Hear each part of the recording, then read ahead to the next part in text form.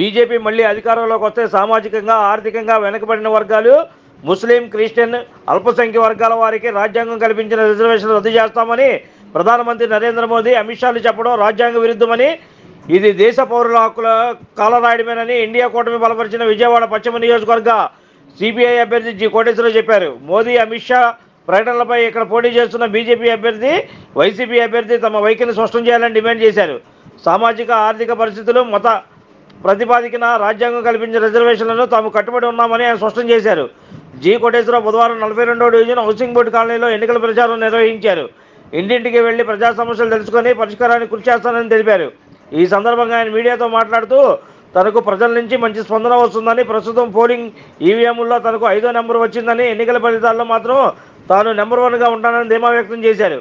గత అసెంబ్లీ చూశానని, అధికార ప్రతిపక్ష నేతలు పరస్పర వ్యక్తిగత దోషులకే పరిమితమయ్యాయని, చివరకు ఇళ్లలో మహిళలను కూడా కించపరిచేలా మాట్లాడుతూ చట్టసభల ప్రతిష్టను దిగదార్చారని ప్రజలు ఆవేదన వ్యక్తం చేస్తున్నారని చెప్పారు. ఎక్కడి నుంచో వచ్చి కోట్లు పంచి ఓట్లు పొందాలని చూసేవారిని ఓడించాలని, ఇక్కడే నిత్యం ప్రజల మధ్య ఉండే తనకు కంకికొడల గుర్తుపై ఓటు వేసి గెలిపించాలని, తద్వారా నియోజకవర్గ అభివృద్ధికి సహకరించాలని జి కోటేశ్వరరావు కోరారు.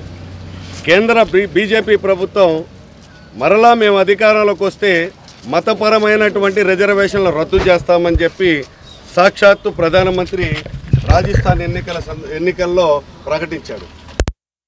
మేము ఈ సందర్భంగా అడిగేటటువంటిది, ఇది మనది లౌకిక ప్రజాస్వామ్యం. ఈ లౌకిక ప్రజాస్వామ్యంలో ఆర్థికంగా, సామాజికంగా వెనకబడినటువంటి వర్గాలని ఆదుకోవాల్సినటువంటి బాధ్యత రాజ్యాంగం మనకిచ్చినటువంటి హక్కు. కాబట్టి ఇక్కడ పోటీ చేసేటటువంటి బీజేపీ అభ్యర్థి, వైఎస్ఆర్ కాంగ్రెస్ పార్టీ అభ్యర్థి దీనిపైన స్పష్టమైనటువంటి క్లారిటీ ఇవ్వాలి. మరి ఈ రోజున మేము అధికారంలోకి వస్తే బీజేపీ అభ్యర్థి చెప్పాలి, రిజర్వేషన్లు ముస్లిం మైనారిటీనికి, క్రైస్తవ మైనారిటీల యొక్క రిజర్వేషన్లు కొనసాగిస్తారా, లేకపోతే నరేంద్ర మోడీ ప్రకటించినట్లుగా రద్దు చేస్తారా అనేటటువంటిది బీజేపీ అభ్యర్థి చెప్పాలి. వారికి ఒత్తాసుగా, వారికి మద్దతుగా ఉన్నటువంటి వైసీపీ అభ్యర్థి కూడా ఈ రోజున పార్లమెంట్లో వారికి బీజేపీ వారికి సహకరించేటటువంటి వైసీపీ వారు కూడా దానిపైన రిజర్వేషన్స్ పైన స్పష్టమైనటువంటి ప్రకటన చేయాలి.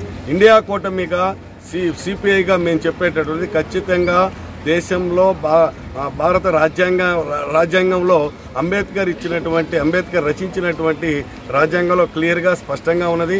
ఆర్థికంగా, సామాజికంగా వెనుకబాటు జరిగినటువంటి వారందరికీ కూడా ఆదుకోవాల్సినటువంటి బాధ్యత ప్రభుత్వం పైన ఉన్నది.